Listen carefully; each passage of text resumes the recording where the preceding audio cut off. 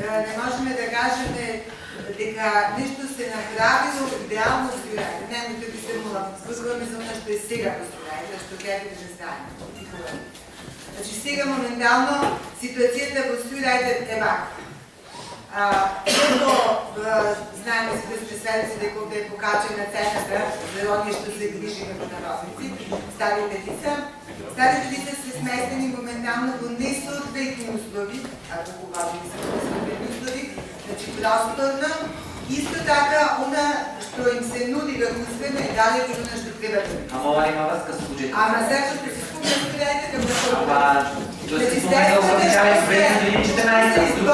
за сега не кореспондираат со Сјурајде. Тука работа, пошто се спомна исто не беше врска со буџетот, дека централно болницата се инвестирало не знам што, морам само да кажам да се сета централно во болницата бъдем да направят чистоен лист, а не да се носи храна во турци живи болни.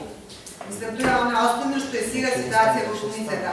И тоа дека сестри и доктори да надвор, исто централно не може да им се каже дека треба да примат сестри кои што се едуцирани со соодветно образование, а не сестри со средна школа што е противно на закон. Благодарам.